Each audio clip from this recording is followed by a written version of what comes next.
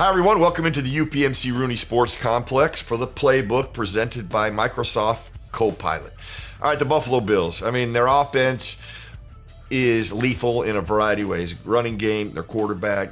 But their passing game, they attack all three phases: short, intermediate, vertical. And then you got to add the quarterback's ability to run as also a concern. But I want to show you a play. They do this like 3 or 4 times a game, and it shows you how they can attack all levels of your coverage, especially when you're in zone, and how it creates voids. So as we snap the ball, at the very top of the screen, focus at the receiver there. He runs a deep post. Now this deep post, as you stop it here, he's taking the safety and really kind of holding the other safety because of his angle. Underneath, you have a tight end that sat down. You got a flare at the left, and the bottom here, you got another route combination. The middle of the field is wide open. Now, Josh attempts to throw the post. He misses it. But this is why they go to the sideline and they look at tape like this during the game. Because this is the fourth quarter. They come back to it again. This time, at the very top of the screen, it's going to be a deep post. Underneath, they're going to hold the coverage. And then they're going to create a void in the middle of the field. This time, Josh is going to throw it. So as we snap the ball, you're going to see the burden it puts on your coverage, because everybody's looking forward. So you can't blame the linebackers for jumping on the running back here at the bottom of in the middle of the screen. The post is going to carry the deep safeties. And now what do you have? You have a wide open middle of the field where 13 is going to run a dig route. And now this time Josh Allen finds him for chunks of yards. You know, how do you go about handling these type of things? This is where, like, getting pressure on the quarterback would be your answer. You know, trying to sack him, not allowing him to have time. But then you have the danger of him running the football. It's understanding your depths, you know, and your spacing and your zone coverage that is so important in trying to handle these type of things. But they are professional players going to make some of these plays, but it just shows you some of the concerns that you have when you play the Buffalo Bills in their passing game. Steelers Nation, buckle up, because today we need to talk about something that has been hanging over this team like a storm cloud for weeks. The season is deep, the mistakes are fresh, and the offense continues to search for answers that just aren't coming from the outside. The trade deadline passed. No miracle wide receiver is walking through the door. Marquez Valdes-Scantling, who many thought could be the veteran security blanket for Aaron Rodgers, might not play a single snap this season. The reinforcements that fans begged for simply never arrived. And now, here we are, staring down the final stretch, needing answers from within. But if you're part of Steelers Nation, you know this franchise has always been built on something deeper than splashy additions or desperate midseason rescues. Pittsburgh thrives on development, toughness, identity, and the belief that young talent can grow into something special when given time, opportunity, and responsibility. And that is exactly where this team now stands.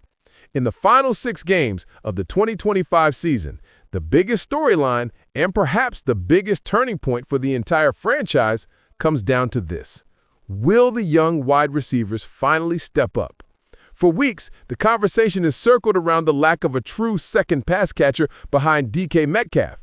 Losing George Pickens in the offseason was a massive emotional punch for many fans. It wasn't easy watching a talented receiver leave and shine somewhere else, but it happened, and now all eyes shift to the next generation wearing black and gold. And let me tell you, even with all the chaos surrounding the offense, even with Rodgers dealing with the limitations of age and wear, and even with the shifting pieces around him, the Steelers still have a path forward if their young guns answer the call. Let's start with Calvin Austin III. For weeks, it felt like his role was shrinking.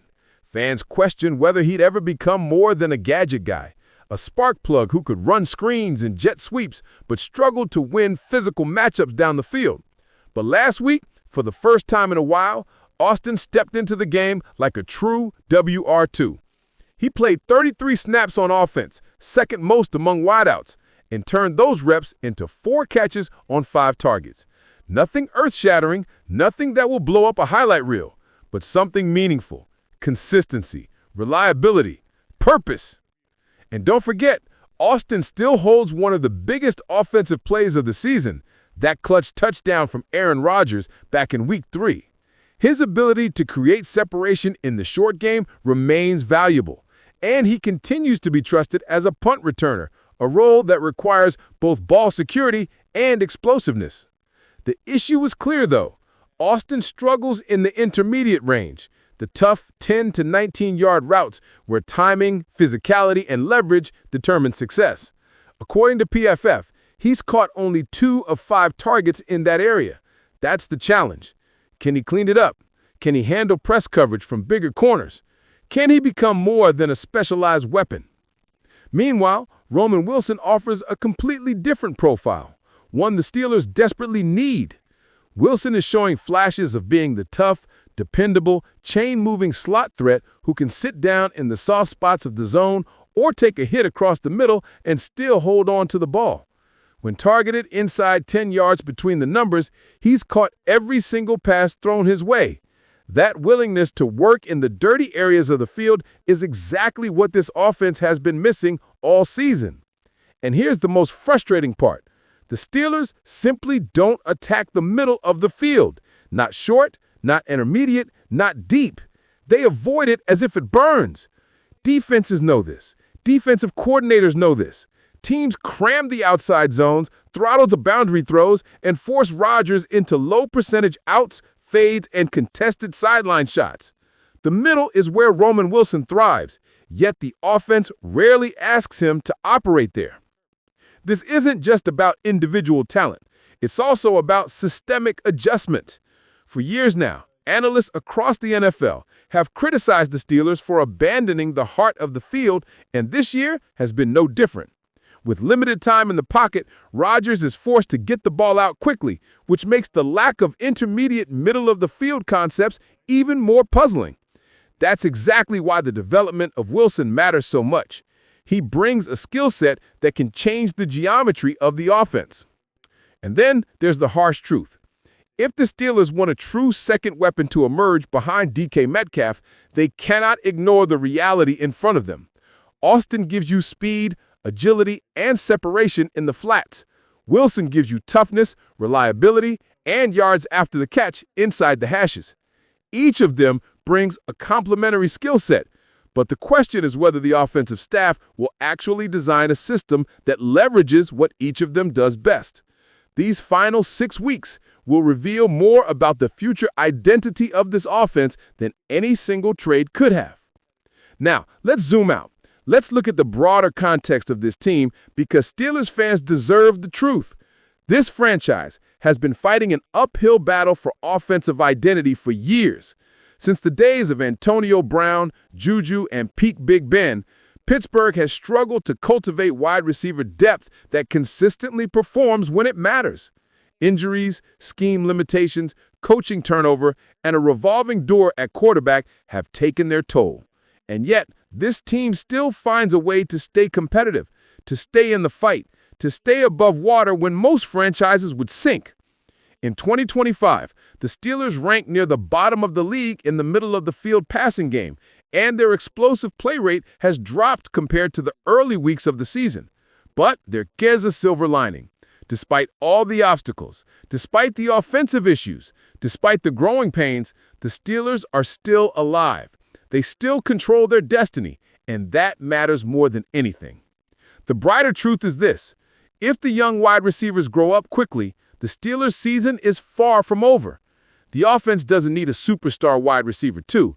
It needs reliability. It needs rhythm. It needs someone who shows up when the defense rolls coverage to DK Metcalf. The team doesn't need an all-pro. They just need someone to be trustworthy. And this is where I turn the page to optimism, because the numbers don't lie. Both Austin and Wilson have the traits to fill that role. Austin's speed still terrifies defenses, and Wilson's reliability over the middle is the exact antidote to this offense's biggest issue. Add in the fact that Gainwell continues to produce as a pass-catching back, and this roster has enough to build momentum if the coaching staff stops fighting its own tendencies. Steelers Nation, the story isn't written yet. The season isn't dead. The potential for this offense to grow is still real. And if the young wide receivers step up, this team will shock people down the stretch. So now I want to hear from you. Do you believe Calvin Austin III can become the true wide receiver too? Do you think Roman Wilson deserves more targets over the middle? Who should emerge as the second weapon behind DK Metcalf? Drop your thoughts in the comments, hit that like button, and subscribe to Steelers Nation Wire for more breaking updates, analysis, and reactions. The final stretch begins now, and we're riding every moment together. Steelers Nation forever.